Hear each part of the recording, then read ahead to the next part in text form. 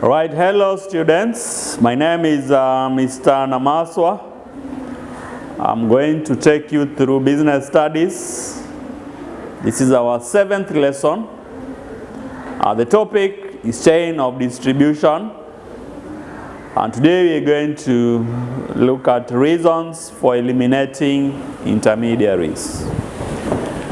Now, we said in our previous lesson that the more the number of intermediaries or middlemen, the more expensive a product becomes. And we gave reasons for that, because for any given business, as you increase the number of middlemen, and every middleman have some costs to incur, and they have a profit to get, so they keep on increasing the price of the product before they sell to the next middleman. So we have every reason to eliminate these intermediaries. So today we want to start by looking at why do we need to eliminate these intermediaries. Now, one, when the market is localized, all right? Now, in our previous topic of size and location of a business, we talked about localization and the localization of farms. So we know what we mean by localizing a business. Now that means concentrating similar farms of those businesses producing the same commodity together. That is localizing. So if we have a localized market, meaning all our customers, all our consumers are in one place, they are concentrated in one place, then it becomes very easy to sell directly to them. We don't need to go through intermediaries. That is one reason. Number two, when products require a long period of negotiation before they are sold. Now, there are some commodities that require haggling, all right? You have to negotiate. Why? Because the value of the product could be high or the product could be expensive. So you have to do a lot of negotiation before you sell the product. So these ones will require for the producer to sell directly to the consumers. Another reason for eliminating the middlemen is when the products are perishable. Now, give me examples of products that are perishable. We can talk of fish. We can talk of flowers. These are products that you cannot sell through a long channel. Why? Because it will get bad before it even reaches the consumer.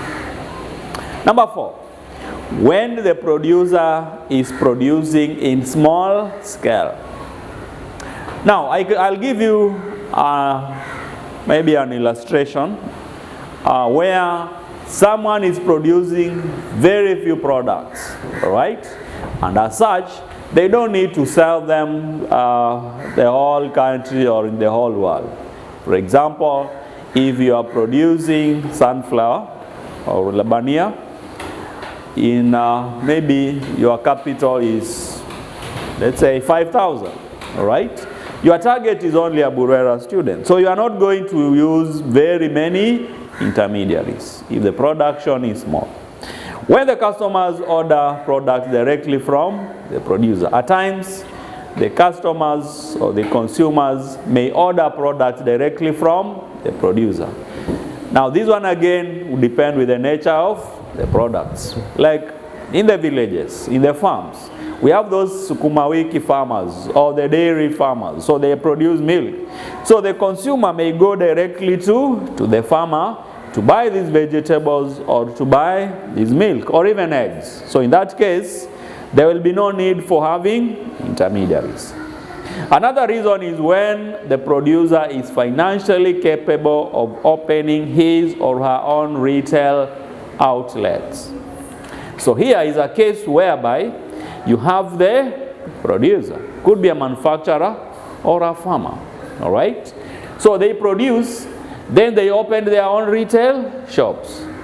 So they are able to sell directly to the consumers. Remember, the retailer sells to the final consumer. So if you are a manufacturer or a producer, and you also open up retail shops, so whatever you produce, you stock in your shop, then you sell to the final consumer.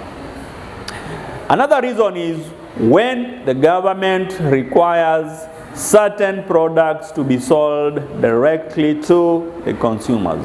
Here is where we talk about the government policy. What does the government say about how a particular commodity is supposed to be distributed? If it says it's supposed to be directly sold to the consumer, then that is what will happen. I'll give you an example. Now, Kenya Power is the one that is in charge of distribution and sale of electricity in this country. Now, this monopoly, they have been given by the government. So, they don't sell to middlemen. Then the middleman sells to the final consumer. No, they deal directly with the final consumer. So that is what the law says. And another reason is when products are designed to specific customers' specifications. All right? These are commodities we call they have been customized. Now, if you watch news, and especially during political campaigns, when elections are approaching, you will see those politicians with customized shirts. You will see Raila Odinga with his name on the shirts that he puts on. You will see Uhuru Kenyatta with his initials or his full name on the shirts that he puts on. This is what is called customization.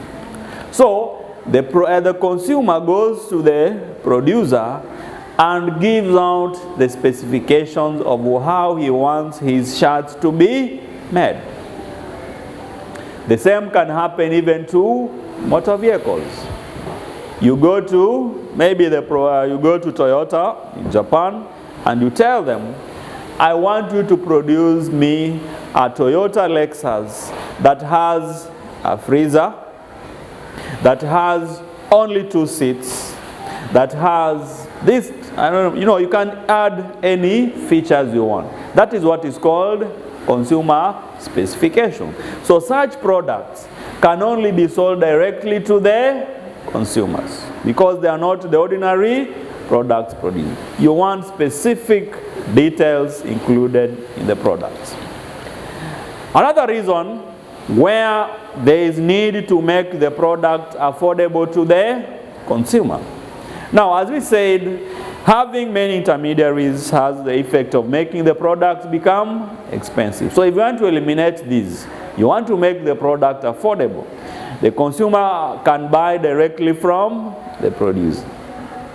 When the producer wants to have personal contact with the consumers is another reason for eliminating the middleman. Remember, it is always good. Every seller, every supplier of goods wants to be in personal touch with his or her customers to understand their needs, to understand their problems. So this might cause the producers to eliminate the intermediary. And finally, when the producer wants to take charge of the marketing of his or her products, at times the producer wants to take charge, right? And therefore they'll decide to distribute directly. Now next, we want to look at the circumstances under which the wholesaler becomes essential in the channel of distribution. Now class, these ones are not in your books. They are not in your textbooks. So you have to pay very keen attention because you may come across a question in the exam asking about this. So pay particular attention. What are some of the circumstances under which the wholesaler becomes essential in the channel of distribution? In other words, do we have reasons why the wholesaler is very important in the channel of distribution? One, When the market is spread out for the producer to reach the consumers. We talked about localization of the market. But now, if the market is delocalized, the market is wide, then we may need wholesalers. When the producer does not have enough finances to set up his or her own distribution points, the producer may not have enough money to set up distribution points. And therefore, they are going to have a wholesaler to come in. Where the infrastructure is poor, hence hindering the distribution of goods. At times the roads might be poor, and therefore distribution of goods may be difficult, or communication. And so wholesalers come in to bridge that gap. Or government policy. The government may require that wholesalers must be in the channel. Another circumstance where the producers require finances which will be provided by the wholesaler. The producers may be operating on small scale. They might not have enough finances to do their distribution. So they'll need the wholesaler. Now, that brings us to the end of our first part of the lesson. Now, in the next part of the lesson, we are going to continue with the other circumstances.